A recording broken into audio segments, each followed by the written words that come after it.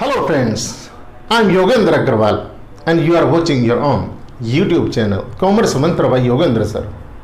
Students, आज का video थोड़ा सा खास होने वाला है। क्यों? क्योंकि आज मैं आपको जीएसटी और जीएसटी के ट्रीटमेंट बताने वाला हूँ। जीएसटी क्या है और जीएसटी के ट्रीटमेंट क्या हैं आप लोगों के लिए। ये वीडियो उन दोनों तरह के लोगों के लिए अच्छा है जो जीएसटी का बेसिक सीखना चाहते हैं, और उन लोगों के लिए भी अच्छा है, और उन लोगों के लिए तो वास्तव में है ही जो अकाउंट्स में जीएसटी का ट्रीटमेंट सीखना चाहते हैं।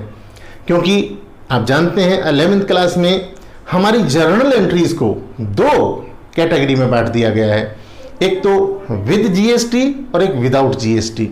विदाउट जीएसटी तो पहले की तरह से ही होती हैं, लेकिन विद जीएसटी मतलब उसमें जीएसटी का ट्रीटमेंट और करना पड़ेगा। ट्रीटमेंट करने के लिए हमें जीएसटी को जानना जरूरी है। वीडियो को अंत तक देखिए और जीएसटी के बारे में आपके कोई डाउट नहीं बचेंगे, आई गारंटी। स्टूडेंट्स, अगर आप इस चैनल पर नए हैं तो इस चैनल को सब्सक्राइब कीजिए and be a part of this commerce मंत्र फैमिली। स्टूडेंट्स, बात करते हैं जीएसटी की। जीएसटी की फुल फॉर्म की अगर बात करें तो इसका मतलब है गुड्स एंड सर्विसेज टैक्स। एक नंबर का क्वेश्चन यहां से बन सकता है, क्योंकि ऑब्जेक्टिव एमसीक्यूज आने हैं हमें 11th क्लास की। अगर मैं बात करूं, कुछ लोग इसका जो नाम लेते हैं वो लेते हैं गुड्स एंड सर्विस टैक्स। गलत है, गुड्स एंड सर्विसेज टैक्स एक नंबर यहीं पर कटेगा। जब आप दो ऑप्शन देखेंगे एग्जाम में, एक होगा गुड्स एंड सर्विस टैक्स और दूसरा होगा गुड्स एंड सर्विसेज टैक्स, तो आप कंफ्यूज हो जाएंगे, यार ये तो दोनों एक से ही हैं। नहीं, गुड्स एंड सर्विसेज टैक्स।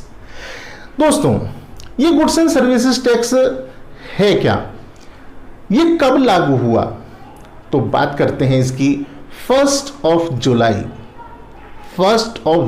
2017 को ये भारतवर्ष में लागू हुआ।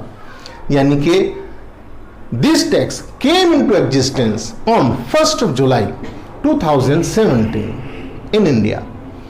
दोस्तों, हमारे दो तरह के टैक्स होते हैं, एक डायरेक्ट नेचर के टैक्स होते हैं, एक इनडायरेक्ट नेचर के टैक्स होते हैं। ये जो जीएसटी है ना, ये हमारा इनडायरेक्ट नेचर का टैक्स है, यानी कि ये एक इनडायरेक्ट टैक्स है। अब ये इनडायरेक्ट, ये भी एक नंबर का क्वेश्चन यहाँ पर बनता है कि ये एक नंबर का है, ये इनडायरेक्ट टैक्स है या डायरेक्ट टैक्स है। स्टूडेंट्स, अगर मैं आपसे बात करूँ इस टैक्स के बारे में, तो क्या सबसे पहली बार ये भारतवर्ष में ही लागू हुआ है? नहीं, मोर देन 60 कंट्रीज, 60 से ज़्यादा कंट्रीज हमसे पहले ही इसे अपना चुकी हैं। हमारे भारतवर्ष में बहुत सारे टैक्स चलते थे, उन सबको मिलाकर ऑलमोस्ट 17 टैक्स, लगभग 17 तो बड़े टैक्स एक जगह मर्ज कर दिए गए हैं। अगर मैं कुछ के नाम लूँ, एक्साइज एक्ट, एक्साइज ड्यूटी के नाम से हमारा एक टैक्स था। सर्विस टैक्स, एक सर्विस टैक्स के नाम से हमारा हम पर टैक्स लगता था। सेल टैक्स, वैट, सीएसटी, ये सब टैक्सेस हमारे ऊपर लगते थे। लेकिन इन सबको मर्ज करके, इन सबको खत्म करके, यू कैन से, आपको एक सिंगल टैक्स दे दिया गया है, जीएसटी। वैसे जिस टाइम ये टैक्स अस्तित्व में आया या इस टैक्स को यहाँ लाने की बात की गई, तो ये कहा गया कि ये वन नेशन वन टैक्स की थ्योरी पर हम काम कर रहे हैं। लेकिन अगर मैं टेक्निकली कहूँ तो ये वन नेशन वन टैक्स की थ्योरी को पूरी तरह से फॉलो नहीं करता है। रीज़न अभी आपको पता चल जाएगा। हमारा एक पॉइंट है, ये टैक्स लगेगा कब, हम ऐसा क्या करेंगे कि ये टैक्स हम पर इम्पोज किया जाए, ये टैक्स हम पर लगा दिया जाए। तो दोस्तों, इस टैक्स को लगाने के लिए एक ही पॉइंट है, जो है सप्लाई। मतलब अगर आप सप्लाई करते हैं तो सप्लाई करते ही आप पर जीएसटी लग जाएगा। अब ये सप्लाई चाहे आप गुड्स की कर रहे हो, चाहे आप सर्विसेज की कर रहे हो, सप्लाई करते ही आपको जीएसटी की लायबिलिटी बन जाएगी। हाँ, पहले जो टैक्स थे अलग अलग इवेंट पर इम्पोज किए जाते थे। जैसे मैं एक्साइज की बात कर रहा था, एक्साइज एक्ट 1944 हमारा जो कानून था जिसके अंतर्गत एक्साइज ड्यूटी लगती थी, वो प्रोडक्शन पर लगती थी। अगर आप कुछ भी प्रोडक्ट बनाएंगे तब आपको, आप प्लास्टिक लेकर के आए और प्लास्टिक से आपने खिलौने बनाए, है ना, तो आपको ये टैक्स एक्साइज ड्यूटी देना पड़ेगा। मैं पढ़ाता हूँ, मान लीजिए मैं कोचिंग में अपनी पढ़ा रहा हूँ, जॉब करता हूँ, दैट्स अ डिफरेंट थिंग, लेकिन मैं अपनी कोचिंग में पढ़ाता हूँ, तो इस कोचिंग में पढ़ाने पर मैं जो फीस कलेक्ट करूँगा वो मैं एक सेवा दे रहा हूँ, सर्विस टैक्स लगता था। इसी तरीके से अगर मैं कुछ माल, सपोज करिए मैं कैलकुलेटर सप्लाई करता हूँ, मैं मान लीजिए कंप्यूटर सेल करता हूँ, तो मुझे उस पर वैट देना पड़ता था, CST देना पड़ता था। लेकिन अभी इन सबको मर्ज कर दिया है, या यूं कहें कि ख़त्म कर दिया है, और एक सिंगल टैक्स लग गया है जिसका नाम है GST। तो GST हमारा एक इनडायरेक्ट टैक्स है, बात समझ में आती है। 1 जुलाई 2017 है, 1 जुलाई 2017 को ये लागू किया गया। ये बात आप सबको याद रहेगी, ठीक है। ये कॉम्प्रिहेंसिव टैक्स है। क्यों? क्योंकि ये बहुत सारे टैक्सेस को मर्ज करके बनाया गया है। एक सेकंड के लिए मैं इधर हो जाता हूं, आप इसका पहले स्क्रीनशॉट ले लीजिए।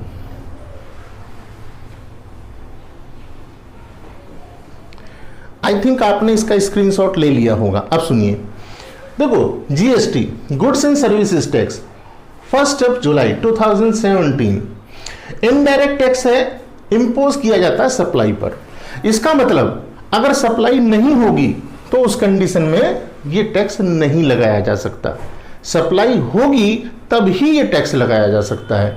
अब सप्लाई की क्या डेफिनेशन है क्या नहीं, मैं चूंकि प्योर GST की क्लास नहीं ले रहा हूं, अगर मैं यही सब्जेक्ट CA के बच्चों को पढ़ा रहा होता तो CA के बच्चों को पढ़ाते हुए मैं क्या करता, CA के बच्चों को पढ़ाते हुए इस GST का पूरा 0 to end आपको समझाता। लेकिन अभी मुझे अकाउंट्स में कैसे GST का ट्रीटमेंट करना है ये चीज सिखानी है आपको। तो उसके लिए मैं जितना जरूरी है GST को जानना और समझना, मैं आपके लिए उतना आपको बता रहा हूं। स्टूडेंट्स, हमारा 2 तरह की सप्लाई होती है, एक इंटर स्टेट सप्लाई होती है और एक इंट्रा स्टेट सप्लाई होती है। जब मैं इंटर स्टेट सप्लाई की बात करता हूं तो इंटर स्टेट सप्लाई का मतलब क्या है, आप किसी सप्लाई को देखकर कैसे पहचानेंगे कि हमारी ये सप्लाई इंटर स्टेट है या इंट्रा स्टेट है। तो स्टूडेंट्स, अगर हमारा जो सेल है, सप्लाई है, supply is made outside the state, मतलब सपोज करिए mister X of UP, D of Delhi, Delhi वाले मिस्टर D को X ऑफ यूपी कुछ माल सप्लाई करता है। सपोज कीजिए 1000 कैलकुलेटर उन्होंने सप्लाई किए, मतलब बेच दिए। अब चूंकि ये सप्लाई कहां से, यूपी से होकर दिल्ली तक जाएगी, स्टेट चेंज हो गया है। स्टेट चेंज होने का मतलब है कि ये सप्लाई इंटर स्टेट है। स्टेट चेंज हो गया मतलब इंटर स्टेट है। और अगर सेम स्टेट में होती, मान लीजिए mister X of UP mister Y of UP को माल सप्लाई कर रहे हैं, एक शहर से दूसरे शहर में माल चला गया है, कोई बात नहीं, शहर के चेंज होने से कोई फर्क नहीं पड़ेगा। लेकिन अगर स्टेट चेंज हो गया तब हमारा फर्क पड़ेगा। स्टूडेंट्स, ये हमारा इंट्रा स्टेट है। अब बात करते हैं कि हमारे GST कितने तरह के। तो भाई GST की अगर मैं बात करूं तो आप लोगों के लिए 11th में जो अकाउंटिंग ट्रीटमेंट आप सीखते हैं उसमें 3 तरह के GST आपको देखने को मिलेंगे। एक है IGST और एक है CGST और एक है SGST। ये IGST क्या है? तो IGST का मतलब है integrated goods and services tax. क्या है? Integrated goods and services tax. CGST का मतलब क्या है? CGST का मतलब है central goods and services tax. क्या है? Central goods and services tax. SGST का मतलब क्या है? तो इसका मतलब है state goods and services tax. क्या है? State goods and services tax. Very good. अब हम बात करते हैं कि ये तो इसका एक मैंने आपको एक बेस बताया, लेकिन हमारा GST कोई सा भी है, चाहे वो IGST है, चाहे वो CGST है मतलब central goods and services tax, या SGST है state goods and services tax, चाहे integrated goods and services tax था, कोई सा भी टैक्स है, ये हम दो रूप में देखने वाले हैं। एक तो है इनपुट GST, अब वो इनपुट IGST हो सकता है, वो इनपुट CGST हो सकता है, वो इनपुट SGST हो सकता है, कोई सा भी हो सकता है। एक होता है आउटपुट GST। अब ये आउटपुट GST हमारा आउटपुट IGST हो सकता है, आउटपुट CGST हो सकता है, आउटपुट SGST हो सकता है, कोई सा भी हो सकता है। अब हमें बात ये सोचनी है कि पहले तो ये दो की जरूरत ही क्यों है, इनपुट की और आउटपुट की क्या जरूरत है। हमारा काम हो गया भाई, इनपुट और आउटपुट को अलग अलग क्यों करें। दूसरा कुछ, क्योंकि यहां से हमें अब अकाउंट्स का ट्रीटमेंट सीखने को मिलने वाला है, तो हम बात करते हैं कि इनपुट और आउटपुट की जरूरत इसलिए है अलग अलग क्योंकि कुछ ट्रांजैक्शंस पर हमारा इनपुट के रूप में लगेगा और कुछ ट्रांजैक्शंस पर आउटपुट के रूप में लगेगा। और उसका बेसिक रीजन जानते हैं, बेसिक रीजन ये है इनपुट और आउटपुट दोनों लगाने का, क्योंकि ये क्रेडिट सिस्टम लिए हुए है। ये एक टैक्स कॉम्प्रिहेंसिव तो है, लेकिन जो टैक्स आप अपनी शुरुआती ट्रांजैक्शन पे कर देते हैं उसका आपको क्रेडिट मिल जाता है। जैसे मान लीजिए आप 1 लाख रुपीस की गुड्स परचेज करके लाए और सपोज करिए उस पर आपने 10,000 रुपीज GST पे कर दिया, तो आपका जो बिल बनेगा, जो इनवॉइस वैल्यू होगी वो होगी 1,10,000, 1,10,000 रुपए। अब आपने फर्दर उसमें अपना 20,000 प्रॉफिट जोड़ दिया, आप उसे 1,30,000 में सेल करना चाहते हैं। अब रेट तो वही रहेगा GST का, एक ही प्रोडक्ट है। सपोज करिए 10% था जैसे, तो अब कितना हो गया 13,000, 1,30,000 का 10% मतलब 13,000। आप कितना टैक्स इस पर पे कर चुके हैं, कितना पे किया आपने अब तक, आपने जो टैक्स पे किया है वो किया है 10,000।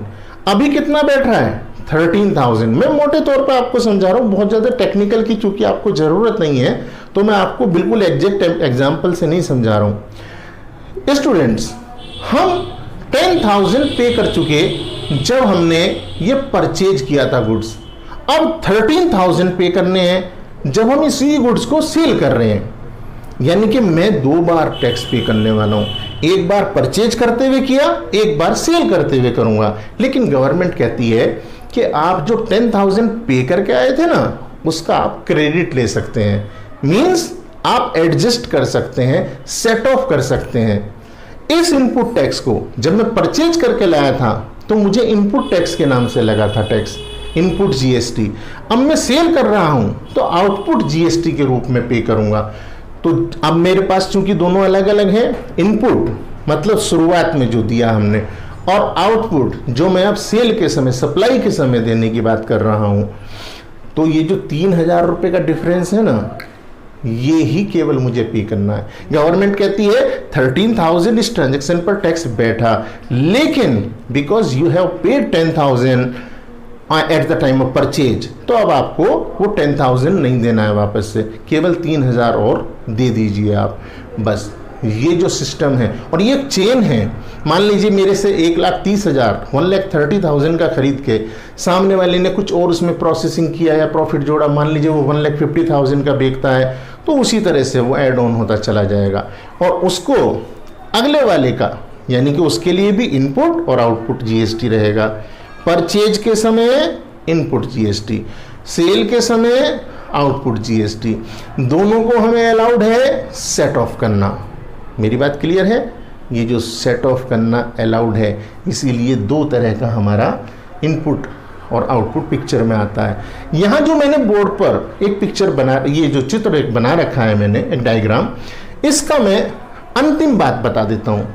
इस डायग्राम के अनुसार अगर आप इंटर स्टेट सप्लाई करते हैं तो आपको केवल एक टैक्स के रूप में IGST लगेगा, लेकिन अगर आप इंट्रा स्टेट करते हैं सप्लाई तो आपको एक साथ हमेशा 2 टैक्स लगेंगे। एक का नाम है CGST और एक का नाम है SGST। आई थिंक मेरी बात यहाँ तक आपको सभी को समझ में आ गई होगी।